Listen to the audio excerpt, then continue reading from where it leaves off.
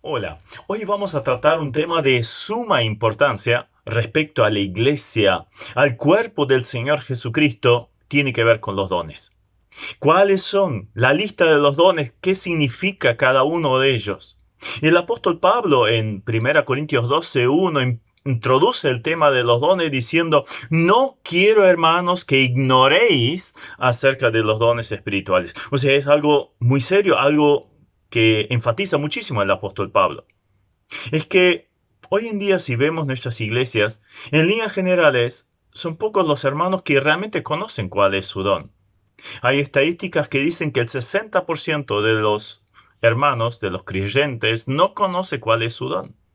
Aún de aquellos que están involucrados, que es un porcentaje, se calcula más o menos un 20% de las iglesias en líneas generales, el 80% de estos hermanos no conoce cuál es su don. Esto es una tragedia porque están dirigiendo la iglesia, están llevando adelante la obra del Señor sin la capacitación necesaria o sin conocerla para llevarla a cabo. Ahora, si un creyente no conoce su don, esto no se debe a que Dios no le haya dotado de un don. La Biblia es bien enfática. Cada creyente en el momento del renacimiento, en el momento de la conversión, recibe un don.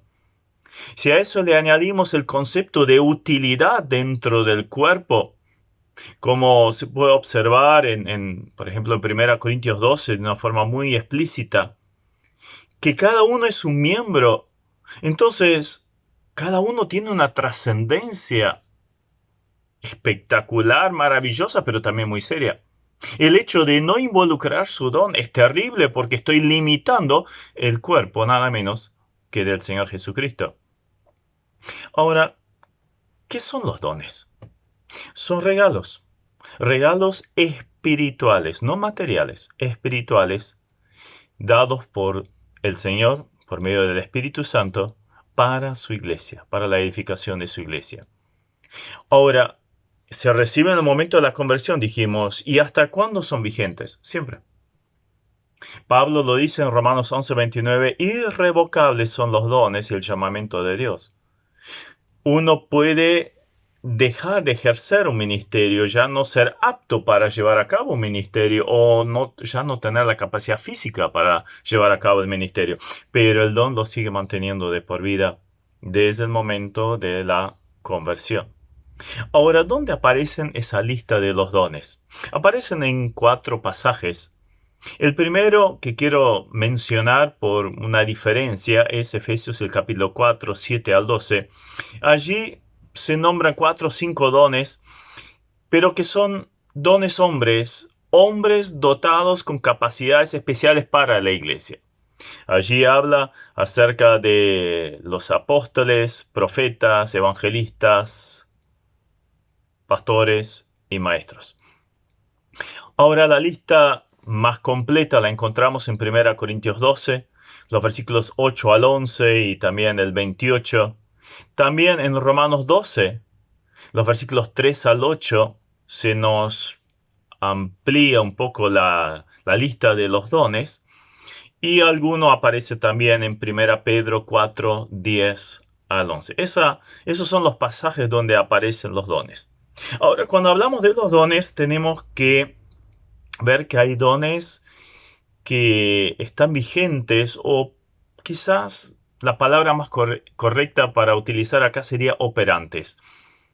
No queremos decir que con esto que Dios no pudiera darlos a todos en algún momento, a una hora, pero evidentemente hay algunos dones que fueron necesarios para la fundación de la iglesia, para poner la primera base de la iglesia, hasta que el canon de la escritura, la palabra de Dios completa, estuviera en la mano de los creyentes. Entonces, hasta ese momento, Dios daba diferentes dones, todos dones. Pero después de esto, evidentemente algunos dones fueron desapareciendo. Entonces hay algunos que están operantes y otros que no están operantes. Entonces vamos a ver la lista de todos los dones y ahí vamos a ver cuáles son los que podrían ser para nosotros. Vamos a empezar con los que entendemos nosotros, ya no son operantes hoy en día, ya no son vigentes, ya no son necesarios porque la Biblia, la palabra de Dios, ya se encuentra plenamente y en nuestras manos. El primer don que quiero nombrar acá es el que generalmente aparece al principio también, es el del apóstol. Apóstol, la palabra significa enviado y se podría hablar de mucha gente que es enviada, empezando por el Señor Jesucristo. En cuanto a su relación con el Padre, Él fue enviado. Y después los apóstoles que fueron elegidos por parte del Señor para recibir una instrucción especial con la finalidad de transmitir estas verdades, esas revelaciones en sus escritos, que luego se convirtieron en esas escrituras inspiradas por el Señor que encontramos en la Biblia. Por esta misma razón, no tienen sucesores. Para entrar en el grupo de los apóstoles, tenían que cumplir con ciertas características. En primer lugar, una estricta aplicación es solo para aquellos que fueron testigos de la resurrección del Señor Jesucristo. Eso lo vemos cuando Matías ocupó el lugar de Judas. Tenía que haber sido testigo de lo que había sido la resurrección del Señor Jesucristo. Tenían poder para efectuar milagros. Fueron formalmente llamados por el Señor. Y además tenían esa infalibilidad mediante la inspiración en cuanto a sus escritos. Entonces, por estas 4 características que nombramos, evidentemente apóstoles hoy en día ya no tienen razón de existir. Hay algunos que hoy en día en el campo evangélico se hacen llamar apóstoles y quizás basándose en la definición de enviado, en ese sentido podría ser, pero por las características que recién nombramos, esto no condice con los principios bíblicos. Otra razón por la que ya no son vigentes los apóstoles hoy en día o el ministerio del apóstol es el hecho que pusieron el fundamento. En Efesios 2, el versículo 20 es un pasaje clave para entender este principio. Allí dice el apóstol Pablo que la iglesia fue edificada sobre el fundamento de los apóstoles y profetas, siendo la principal piedra del ángulo el Señor Jesucristo. Ahora, si algo es un fundamento de una construcción que es la iglesia, ¿cuántas veces se pone el fundamento? Y una vez. No se pone 5 veces y 2 siglos después otra vez y 20 siglos más tarde, 21 siglos más tarde otra vez un fundamento. No, se pone una sola vez. Por eso justamente este pasaje nos señala que apóstoles y profetas, este don ya no es vigente. Fue necesario para la fundación de la iglesia, el fundamento doctrinal, y fueron ellos los que escribieron los libros del Nuevo Testamento, prácticamente todos. Íntimamente relacionado con esto, ya lo nombramos, el don de profeta o profecía. El profeta es un mensajero, es un vocero, recibe el mensaje de Dios y lo transmite a la gente, al pueblo. Entonces, eso era lo que tenían que hacer los profetas. A veces esto venía acompañado por predicción, o sea, anticipación de eventos, generalmente con objeto de advertencia y arrepentimiento. Ahora bien, en el Antiguo Testamento los profetas tenían que ser probados a ver si su profecía era verídica, si se cumplía lo que ellos habían anticipado. Si esto no sucedía, tenían que ser apedreados. Los falsos profetas tenían que ser apedreados. Ahora bien, en el Nuevo Testamento, mientras no estaba completo el canon de la Escritura, los profetas eran necesarios para dar a conocer la voluntad de Dios. No tenían la Biblia, tenían el Antiguo Testamento, no tenían la Biblia completa, el Nuevo Testamento, las cartas y todo esto. Pero también ahí tenían que ser puestos a prueba, a ver si sus dichos condecían con lo que era el Antiguo Testamento y a su vez eran probados dentro de la misma iglesia. Al igual que los apóstoles, la vigencia de este don entendemos que terminó al ponerse el fundamento, de acuerdo otra vez a Efesios 2:20. Pablo inclusive en 1 Corintios 13:8 anticipa que las profecías habrían de ir desapareciendo, como lo indica el original de esa expresión. Si hubiera necesidad de apóstoles y profetas hoy en día, Esto significaría que la revelación de Dios no está completa, que todavía falta y siempre habría que añadirle algo más a la revelación de Dios. Entonces nunca estamos seguros de si realmente tenemos todo en nuestras manos. Algunos piensan que como el término profeta significa mensajero, vocero, entonces seguiría vigente. Si pensamos en esa definición, sí, en cierta forma, pero hoy en día, ¿a quién tenemos que recibe un mensaje o toma un mensaje de Dios y lo transmite al pueblo? ¿Es el evangelista? ¿El maestro? Entonces se confundirían las cosas. Y sobre todo por Efesios 2:20, evidentemente apóstoles y profetas ya no son operantes, ya no son necesarios. Tenemos la Biblia, tenemos la palabra de Dios completa. Asociado también con esto, viene otro don que es el don de la palabra de sabiduría, de acuerdo a 1 Corintios 12:8. Logos Sofías, en griego, es el don de expresar y comunicar la sabiduría de Dios. Creemos, sin ser absolutamente dogmáticos, que es el conocimiento de las cosas que todavía no habían sido reveladas. Como por ejemplo, Pablo recibió la revelación de lo que iba a ser la iglesia. Era un misterio, era algo no revelado. Entonces era necesario ese don para formular esa doctrina bíblica. Evidentemente ese don lo tenían los apóstoles y los profetas.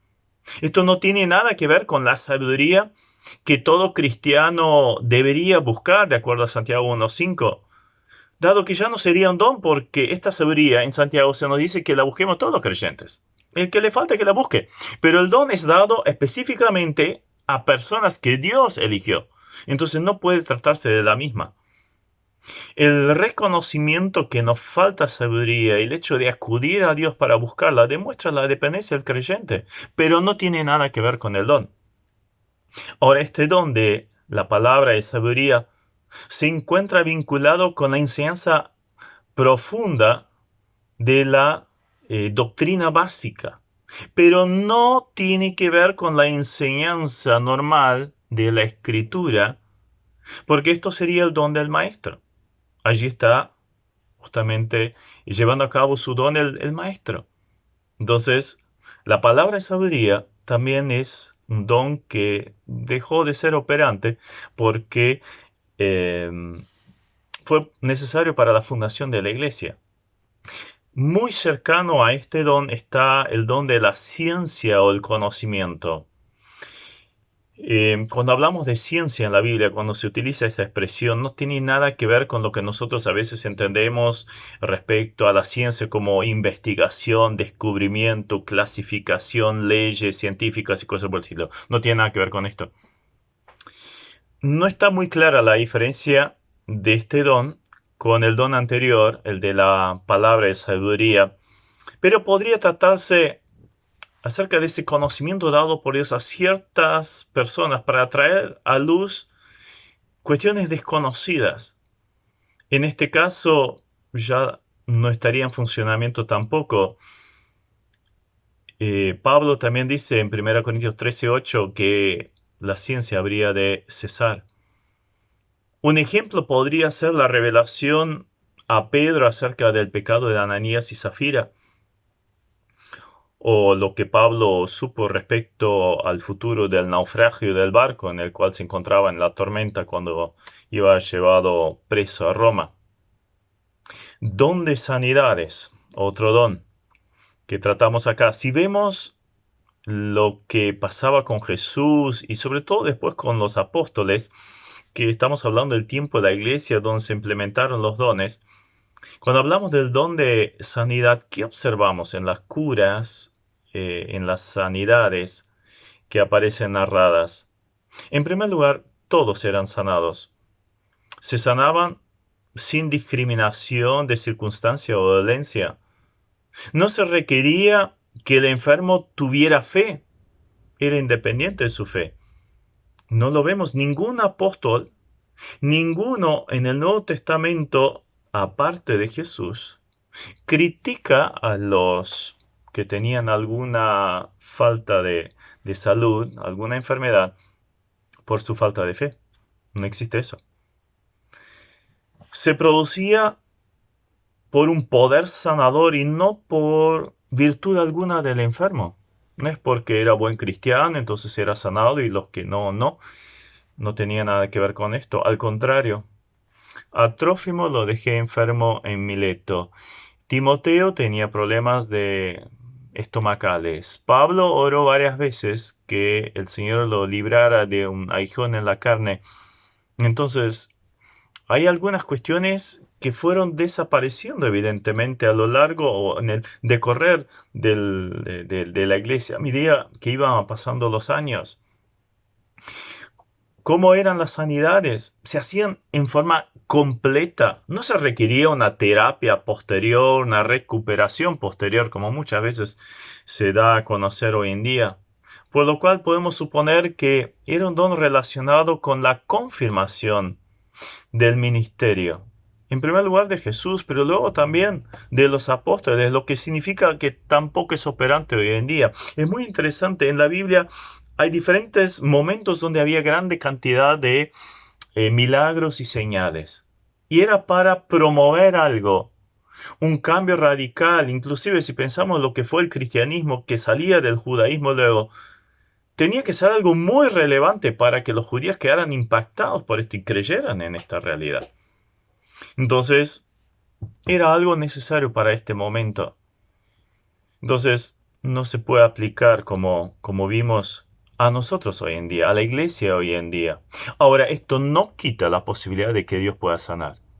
Lo he experimentado yo personalmente, mi familia, en la organización en la cual trabajo, y en muchos hermanos, sé de muchos testimonios que hermanos fueron sanados. Dios tiene todo el poder, pero no puede venir alguien y sanar a todos. Esto ya no existe. A Pedro le venían y le traían un pañuelito y todos los que pasaban por ahí eran sanados. ¿Dónde está eso hoy? Serían bienvenidos si los llevamos al primer hospital de niños y de cancerosos, etc. Asociado con esto, un poco diferenciado, está el don de hacer milagros. En el original da la idea operaciones de poder. Es el poder en acción y muchas veces necesario también para fundamentar tanto el ministerio del Señor Jesucristo como también de los apóstoles en el comienzo de la divulgación del Evangelio. Como dice en Hechos 5:12, y por la mano de los apóstoles se hacían muchas señales y prodigios en el pueblo y estaban todos unánimes en el pórtico de Salomón. Muchas señales y prodigios en el pueblo. Fue el primer impacto del Evangelio. La muerte de Ananías y Zafira, la resurrección de Dorcas, la serpiente en la mano de Pablo. Dios puede seguir haciendo cosas extraordinarias, pero ya no existe la persona que le puede decir a una criatura: Tabita, levántate, con la seguridad absoluta de que va a suceder. Ya pasó también. Don de discernimiento de espíritus. La expresión original significa juzgar totalmente, juzgar definitivamente, definir por un juicio. Es una persona que tiene la capacidad especial para discernir si un hombre es verdadero o es un impostor, si lo que él enseña es verdad, es bíblico o no. Este don entonces distinguía entre lo falso y lo verdadero. Y otra vez era muy necesario en el primer siglo porque no tenían el Nuevo Testamento, no sabían cómo tenían que practicar ciertas cosas en las iglesias. Entonces se levantaban profetas y decían: yo recibí ahora una palabra de Dios que indica que nosotros tenemos que hacer esta cosa. Lo tenemos que hacer de determinada forma. Esta es determinada doctrina, enseñanza. Ahora, claro, esto era una persona y había falsos profetas en la antigüedad y en el tiempo de la primera iglesia. Sabemos acerca de esto. En las cartas vemos advertencias acerca de los falsos profetas. Entonces, ¿cómo se podía averiguar si lo que estaba diciendo esta persona era verdad o no? Y se necesitaba el don de discernimiento de espíritu. Toda opinión o enseñanza en la iglesia debería ser puesta frente a ese don. Ahora, hoy en día, ¿qué tenemos? Tenemos la palabra, tenemos la enseñanza bíblica y tenemos al Espíritu Santo, que nos advierte, que nos hace ver cuando algo nos cierra, pero siempre cada enseñanza, ¿en base a qué tiene que ser probada? ¿De un don especial? No, cada hermanito puede agarrar su Biblia, abrirla y ver lo que se enseña. ¿Condice con la enseñanza bíblica y sobre todo el Nuevo Testamento? De las cartas, que son las que básicamente enseñan el dogma de la iglesia. Entonces tenemos la palabra de Dios y tenemos que analizarla, tenemos que estudiarla. Lamentablemente entran muchos falsos profetas porque justamente no se estudia la palabra de Dios. No se la estudia en profundidad. Entonces tragan todo lo que se les viene. Don de lenguas. Otro don muy polémico, por cierto. Ahora, si vamos al original, vamos a entender fácilmente a qué hace referencia. Se refiere a diferentes idiomas, dialectos. Inclusive allí en Hechos, el capítulo 12, versículo 8, cuando por primera vez la iglesia empezó a hablar en lenguas, la palabra en el original es dialectos. ¿Y ahora qué sucedía? Todos los judíos que estaban allí en el templo, los que habían venido de diferentes lugares, entendían perfectamente el mensaje porque se les estaba hablando en su idioma. No eran unas cosas raras. Entonces, una lengua clara, extranjera, que se puede hablar sin haberla estudiado. Ahora, como dice en 1 Corintios 14, 21, las lenguas fueron dadas como señal para los judíos. ¿Por qué? Los judíos eran el pueblo de Dios. Y no podían aceptar que ahora gentiles se unieran con judíos formando ese cuerpo llamado iglesia. Había un rechazo, una resistencia a ello. Entonces, en el hecho de que escucharan diferentes idiomas y dialectos, diferentes lenguas en el sentido de idiomas, entonces se dan cuenta ahora los gentiles también están siendo involucrados en el mismo cuerpo donde estaban los primeros judíos creyentes. Era muy difícil de aceptar esto. Pedro se resistió mucho, tuvo que venirse lienzo con animales impuros para que captara esta realidad. Y justamente relacionado con esto, vemos que en los únicos momentos en que todos los creyentes presentes en determinado lugar hablaran en lenguas fue en Pentecostés, cuando justamente vino el Espíritu Santo sobre los gentiles en la casa de Cornelio y después otro grupo más. Entonces, allí vemos que después, como Pablo mismo dice luego, ¿hablan todos en lenguas? No. Es una pregunta retórica que justamente quiere decir, no todos hablan en lenguas. Los dones son dados puntualmente a diferentes personas. Entonces esa enseñanza que todos tienen que hablar en lengua en el momento que reciben el Espíritu Santo es una doctrina errónea. Fue algo que pasó en un primer momento en los primeros 3 grupos diferentes que surgieron. Pero después ya no. Después ya no. Y como dice Pablo, 1 Corintios 13, 8, iban a desaparecer. Otra vez, paulatinamente iban desapareciendo.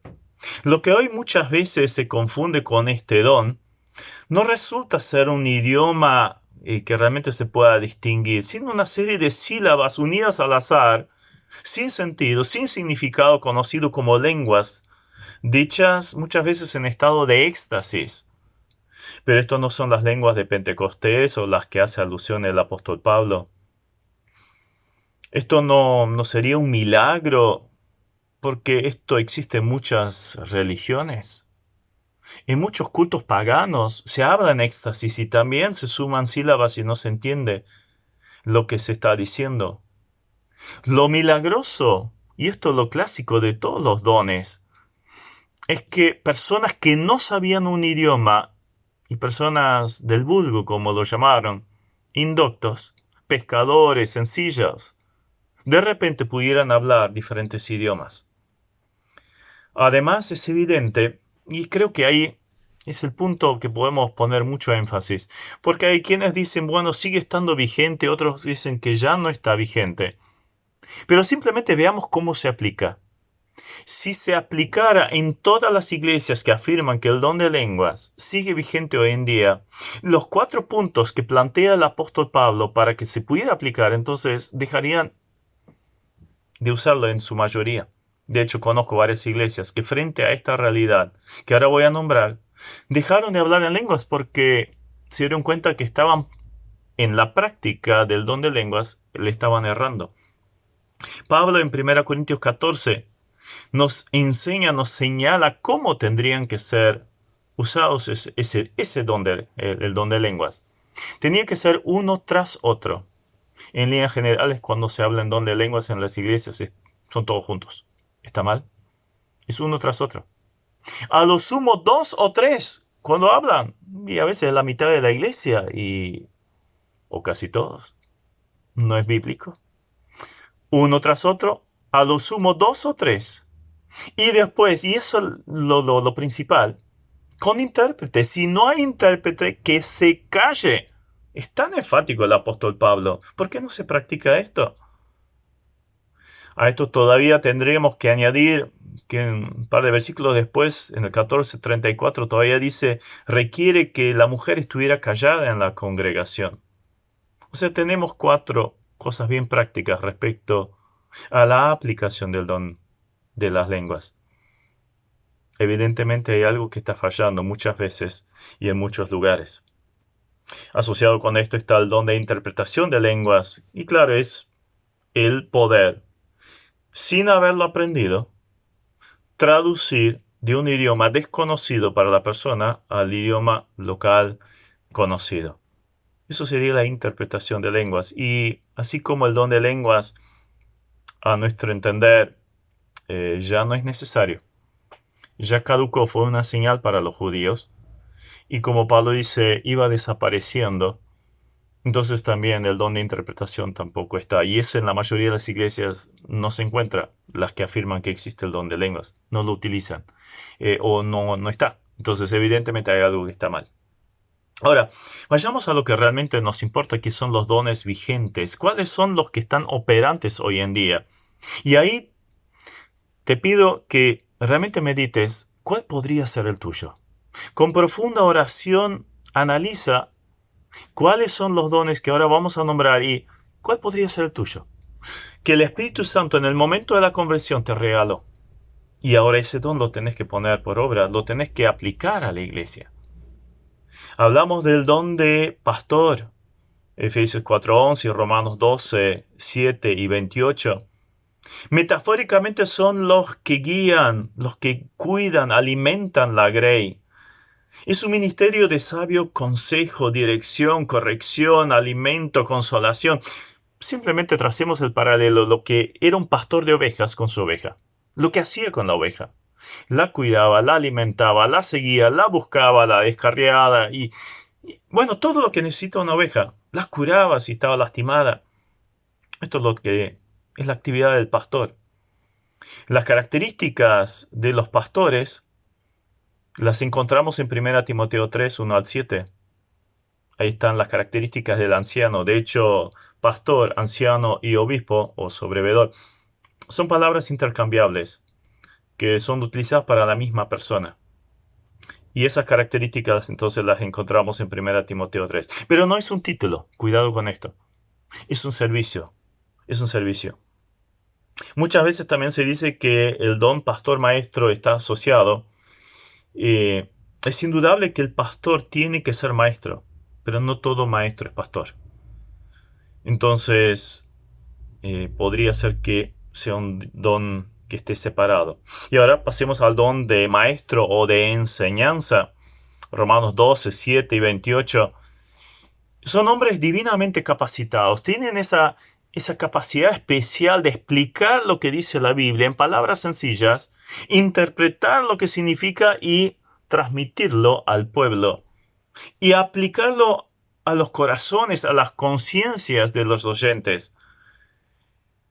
Y cuando uno practica ese don, tiene que hablar la palabra de Dios, dice 1 Pedro 4:11. El que tiene ese don tiene que hablar la palabra de Dios. Es que muchas veces se pierden en historias, cuentos, vivencias, Y está bien poner ilustraciones, pero lo central tiene que ser la enseñanza de la palabra. Esta es la tarea del enseñador, del maestro. Para esto Dios ha dado este don. El que enseña no solo explica la palabra de Dios, pero es además un instrumento del Espíritu Santo para aplicar la palabra a la vida de los oyentes. La enseñanza no es una tarea fácil. En primer lugar, porque requiere preparación, mucho tiempo de estudiar el pasaje bíblico, con mucha oración, para que el Espíritu Santo ilumine la palabra, que la entienda, la aplique personalmente y luego la transmita también. No es una tarea fácil, muy necesaria. Requiere mucho tiempo, mucho esfuerzo y por eso hay muchos que probablemente tengan el don, pero no lo aplican porque requiere sacrificio. También requiere paciencia porque enseñar es repetir y Pablo lo dice. No me canso de repetir continuamente lo mismo. Es más seguro. Así que el enseñador debe ejercer el don con paciencia, con responsabilidad, con tacto, con esfuerzo y sobre todo con mucha oración. Ahora, de acuerdo a Hebreos 13:7, los hermanos que desarrollan ese don con fidelidad, la Grey los tendría que tener en consideración en forma especial. Luego viene el don de evangelista. Significa mensajero, significa el portador del evangelio. En un sentido más amplio, obviamente todos somos llamados a evangelizar, ir por el mundo y predicar el evangelio a toda criatura. Todos somos llamados a evangelizar. Pero hay algunos que tienen esa facilidad especial dada por el Espíritu Santo, que están divinamente capacitadas para ganar almas, que realmente tienen esa facilidad de entrarle. Empiezan hablando de fútbol, del tiempo, de la política. En 5 minutos ya dieron vuelta el tema y le están predicando el Evangelio. Y tienen una necesidad imperiosa de hacerlo. No pueden parar. No pueden dejar de hacerlo. Tienen una pasión por las almas que no les da descanso. Y con seguridad es su tema principal. Son los que procuran encontrar nuevos lugares y personas donde todavía no se escuchó el Evangelio para predicarlo, como lo hacía el apóstol Pablo. Se extendía donde fuera y ahora me quiero ir más allá y acá, y siempre buscaba un nuevo lugar para predicar el Evangelio. O como decía, ya no tengo más campo acá en Asia, me extiendo más allá. Se fue a Europa. Es uno que está dispuesto a cualquier sacrificio, no haciendo diferencia entre raza, sexo, cantidad, lugar, sacrificio.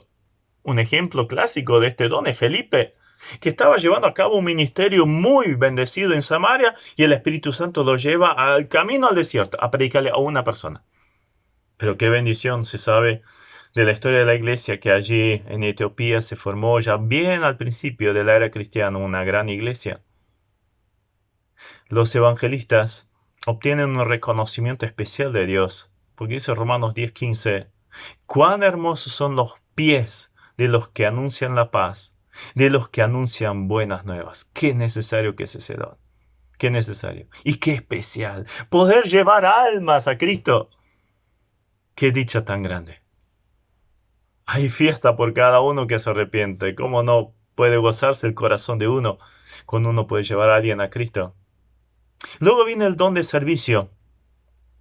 Representa un servicio de cualquier carácter, pero voluntario. La persona que tiene el don del servicio o el ministerio, como también se lo llama, tiene un corazón de siervo. No es el título, yo soy el responsable de esto. No tiene nada que ver con esto. Ve oportunidades para servir y sirve, las aprovecha. Ese don se lo considera el don que más áreas puede abarcar. Están los que sirven a la mesa, los que cocinan, los que ayudan a necesitados, los que ayudan fuera de la iglesia a ordenar mantenimiento del edificio de vehículos, secretaría, organización de eventos, alabanza, música, sonido, hospedaje y muchas otras áreas más. De hecho, es una de las áreas más importantes si tenemos en cuenta la de la oración. Es un don. El don de servicio incluye la oración. Hay personas que ya no pueden hacer otra cosa, pero he conocido varios hermanos y hermanas sobre todo, que estaban postrados en un lecho y ya no podían hacer más nada, pero dedicaban horas y horas a orar. Qué bendición y qué necesidad. El peligro que conlleva este don es despreciar o juzgar a aquellos que no tienen el mismo impulso de servir. Ah, pero este no hace nada. Y yo tengo que hacer todo. Pero si tienes el don, hazlo con alegría. Y ahí tenemos varios nombrados en la Biblia, por ejemplo, Dorcas. En Romanos 16, ahí aparece una lista, el apóstol Pablo era muy bueno en reconocer el servicio de hermanos que hoy en día no sabemos bien lo que hicieron, pero fueron nombrados, estaban presentes frente a Dios y hoy están en los escritos inspirados como una tal María, Trifena, Trifosa, Pérsida, Gallo, la familia de Estefanas, etc. ¿De cuánto valor es ese don? Pero también se desaprovecha mucho. Como generalmente no se obtiene reconocimiento público, no se lo ve muy importante. Ah, el que abre la iglesia, el que prende la calefacción, o lo que fuera. Y el que limpia el baño. Recién nos damos cuenta de lo que se estuvo haciendo cuando ya no está, cuando no se hizo. Y bueno, ahí somos buenos en criticar. Pero qué importante es el don del servicio. Obviamente cada área de servicio puede mejorar. Por lo tanto, uno se puede capacitar en esas diferentes áreas. Si fuera, por ejemplo, encargado de hacer comidas, y bueno, podríamos buscar una nueva receta, hacer algo más rico, más nutritivo, quizás más barato también, y así estar orando, a ver, ¿cómo puedo hacerlo mejor? Y así en todas las áreas. El don de exhortación. La palabra significa llamado junto a. O sea, es alguien que se pone al lado de una persona, aunque todo creyente tiene el mandato bíblico de aplicarlo, de encarar hermanos que han caído, han tropezado en el pecado y cosas por el estilo. Pero evidentemente para algunos casos se requiere de un don. Es esa persona que tiene ese tacto especial de hablar con la persona, de acercarse y de caminar por el camino hasta que pueda andar solo. No la ata a sí mismo. Eso es un gran peligro de ese don. De atar las personas a sí mismo, al consejero. No, es llevarla a Cristo. Acercarla a Cristo para que pueda tomar las decisiones en forma ya personal, solo. Eso lo tenemos que enseñar. Muchas veces aparece relacionado con la enseñanza, pero exhortación no es darle palo, porque muchas veces es esa la idea que tenemos cuando escuchamos esa palabra, pero no, al contrario. Es con mucha comprensión, pero también con la verdad, con firmeza. Es presentarle las verdades bíblicas de manera que active la voluntad del exhortado para aplicar esto a la vida personal. Se requiere profunda dependencia del Señor para ejercitar ese don. Estar continuamente orando, Señor, dame la palabra justa para hablar con determinada persona. Un caso clásico, tenemos la carta de Filemón, donde Pablo aplica ese don. Y ahí vemos el cariño, el respeto, pero también la firmeza, la verdad que presenta el apóstol Pablo. Qué necesario que es ese don. ¿Cuántos hermanos necesitados hay? O porque cayeron, o porque están desanimados, o porque no saben cómo tomar las decisiones en la vida, o porque son inmaduros, o porque son recién convertidos. Lo que fuera, se necesita mucho el don de la exhortación. Después está el don de repartir. Aunque todo creyente es exhortado a ofrendar, de acuerdo a 2 Corintios 9, es más que evidente que el apóstol Pablo se refiere a un don que existe dentro de la iglesia, que tienen algunos hermanos, que lo hacen con mucho gozo, ayudan, lo hacen con liberalidad, pero lo hacen sin llamar la atención. Y eso es algo que es muy difícil. Es dar con ecuanimidad también, ver las necesidades, analizarlas y no por emociones, porque muchas veces también se hace eso y ahí muchas veces son engañados. Lo hacen sin esperar retribución, el don de dar. El don de la fe, 1 Corintios 12:9, evidentemente no es la fe que hemos depositado en el Señor Jesucristo cuando creímos, porque esa fe la tienen que tener todos los creyentes. Tampoco es la confianza que depositamos en Dios, que también deberíamos tener todos los creyentes. Acá hace referencia a algo muy específico. En casos muy especiales, personas con una fe muy grande, que son capaces de hacer cosas extraordinarias. Es la capacidad de creer que Dios puede hacer algo impresionante, algo grande, esperarlo y realmente se concreta. Creo que uno de los casos más trascendentes del último tiempo es George Mueller, un hombre de fe, un clásico, un héroe de la fe, aparte de los que tenemos en Hebreos 11 y tantos más, que cuidó a 10.000 niños huérfanos en el periodo de 60 años, edificó las construcciones, le dio la comida, la vestimenta, todo lo que necesitaba la gente que trabajaba con él, sin nunca pedirle nada a nadie, a no ser a Dios. Eso sí, ese sí tenía el don de fe. El don de presidir o administrar se refiere al que gobierna. El liderazgo es un oficio ejercido por un don. Tener ese don significa ser como el piloto, el que maneja, indica hacia dónde se va, el que gobierna, alguien responsable de la conducción, una persona capaz de mando. No es alguien que está por encima de los demás, sino que va guiando con el ejemplo y la palabra. Pedro mismo dice acerca de los líderes de la iglesia, allí en 1 Pedro 5:1, a los ancianos que están entre vosotros, no sobre vosotros, entre. Esa es la idea del líder. Ahora, ¿cómo tiene que hacerlo? Con humildad, diligente, solicitud, cuidado, preocupación, fidelidad, no buscando el lucro, de buena gana. Y la congregación tiene que reconocerlos, aquellos que gobiernan bien, de acuerdo a 1 Timoteo 5:17. También está el don de la misericordia. Romanos 12:8. Significa sentir simpatía con la miseria de otra persona y actuar. Yo puedo sentir pena por una persona que está durmiendo bajo un puente. Y yo paso, ay, pobrecito. Pero no hago nada. Esto no es tener el don de misericordia. El don de misericordia pararía y diría, a ver, ¿cómo le puedo ayudar? ¿Cómo le doy una mano para que pueda salir de esto? Entonces es una capacidad especial que Dios le ha dado a ciertos miembros en el cuerpo que los hace aptos para tener esa compasión, piedad genuina frente a las personas que están sumidas en dificultades, problemas, dolor, tristeza, pérdidas. Son esas personas que van a la cárcel, son las que van a los hospitales, a un hogar de ancianos, que van a buscar a la persona que la está pasando mal.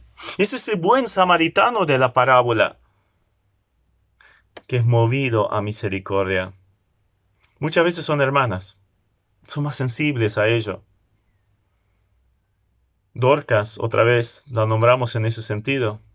Lo llamativo es que de Romanos 12:8 aprendemos que lo tienen que hacer con alegría.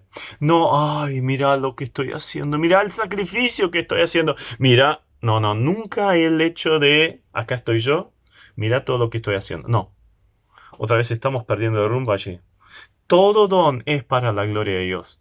Y si es ejercido con otra motivación, entonces vamos a tener resistencia de parte de Dios, porque Dios resiste a los soberbios, más da gracia a los humildes. Otro peligro que tienen las personas que tienen este don es que juzguen a otros hermanos como insensibles. Claro, ellos ven la necesidad, actúan, Pero hay otros hermanos que no los acompañan. Entonces piensan, pero este es un insensible, no tiene amor. Cuidado con el juzgar. Entonces los que tienen el don de la misericordia son llevados a personas con necesidades. Y muchas veces, lo he descubierto, es una constante, muchas veces han sido probados duramente en temas similares. Han tenido pérdidas, enfermedades, etcétera. Entonces son las personas más aptas para ayudar, porque saben lo que es vivirlo. Entonces acá tenemos la lista de los dones. ¿Quién los repartió? El Espíritu Santo. 1 Corintios 12, 11 o el 4 también. Es el Espíritu Santo. Y eso es bueno saberlo. No son personas que oran y imponen manos o algo por el estilo, entonces le traspasan un don. No, no, no. Eso vino en el momento de la conversión, en el momento que creímos al Evangelio. Hemos recibido el Espíritu Santo y con él hemos recibido los dones. Efesios 1:13. La forma como reparte el Espíritu Santo es 1 Corintios 12:11, repartiendo a cada uno en particular como él quiere. A cada creyente en particular. Entonces, esto significa, yo no puedo envidiar lo que tiene el otro. Y tampoco me puedo poner por encima de lo que tiene, sentirme superior al otro. ¿Por qué? ¿De quién lo tengo? Del Espíritu Santo, no es mérito mío. Es del Espíritu Santo. Y ahora cada uno tiene que ocupar su lugar en el cuerpo de Cristo. Y qué triste es cuando no lo ocupa. ¿Cuál es tu don? ¿Lo estás ocupando? Claro, ahora, ¿cuál es la forma de reconocer? ¿Cómo puedo percibir cuál es mi don? Hay algunas cositas que podrían ayudar en ello. En primer lugar, orar, para que el Señor lo revele. En segundo lugar, estudiar estos dones en profundidad, sobre todo la lista de los dones que sabemos que son vigentes. Y a ver, ¿en qué áreas podría ser? Empezar a servir en diferentes áreas para descubrir que en una de esas uno siente de repente un fuerte deseo a involucrarse en determinada área o se siente mucho más útil en esa área. Una habilidad manifiesta, especial, diferente, extraordinaria. Lo puede consultar con hermanos espirituales con los cuales uno está trabajando, sirviendo en la iglesia. A su vez, el hecho de llevar a cabo, utilizar el don, esto conlleva bendición de Dios porque estamos ocupando el lugar en el cuerpo. Estamos funcionando de codo si somos el codo. Estamos funcionando de hígado o de pulmón. Funcionamos bárbaro. Entonces hay bendición. También hay que estar dispuesto a servir con el don o los dones que el Señor muestre. Porque si uno no está ejerciendo un don, entonces Dios no va a mostrar el segundo si lo hubiera o el tercero si hubiera más. Que puede darse. Hay personas que tienen varios dones.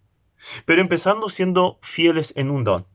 Entonces el Señor les pudo mostrar el siguiente. El que no es fiel en lo poco, Dios tampoco le puede dar más. Entonces quizás eres una persona muy rica. Pero hay que aplicar los dones para que el Señor te pueda bendecir, usar y quién sabe mostrar alguno más. Los dones hay que desarrollarlos, hay que entrenarlos. Cuando Dios nos da un don, no es simplemente sentarse allí y, bueno, ya va a salir de alguna forma. Por ejemplo, el don de servicio en el área de la música. Y hay que ensayar, hay que practicar, buscar canciones que sean buenas y sobre todo con un texto bueno. Hay que analizar esto con mucha oración. El que tiene el don de la exhortación y, bueno, leer libros de consejería, quizás hacer algún curso, aprender versículos de memoria para diferentes áreas y diferentes situaciones, para poder leer el pasaje justo o inclusive memorizarlo para darlo a la persona en la situación en la cual se encuentra. Ya hemos hablado del don de enseñanza, la necesidad de estudiar. Entonces tenemos que reconocer los dones. ¿Y dónde es el mejor lugar para hacerlo? Obviamente en el seno de la iglesia, en el servicio de la iglesia. Entonces tenemos una gran responsabilidad de aplicar los dones. En Romanos 12:6, Pablo dice, de manera que teniendo diferentes dones según la gracia que nos es dada, úsese. Es una orden. ¿Lo estamos usando? Si no lo estamos haciendo, estamos frenando la obra del Señor. Y Él quiere utilizarnos. ¿Qué haces con tu don, tus dones? ¿Qué hago yo con los míos? ¿Los he descubierto? ¿Los estoy usando? ¿Son usados en el poder del Señor? ¿Son usados para la gloria del Señor? Sirvamos al Señor de todo corazón, con todas las fuerzas y para su gloria. Entonces el cuerpo de Cristo va avanzando, va a cumplir con el propósito que Él tenía. Vamos a cumplir las obras que Él preparó de antemano que anduviésemos en ellas. Que esto sea la realidad de en tu vida, querido hermano. Dios te bendiga.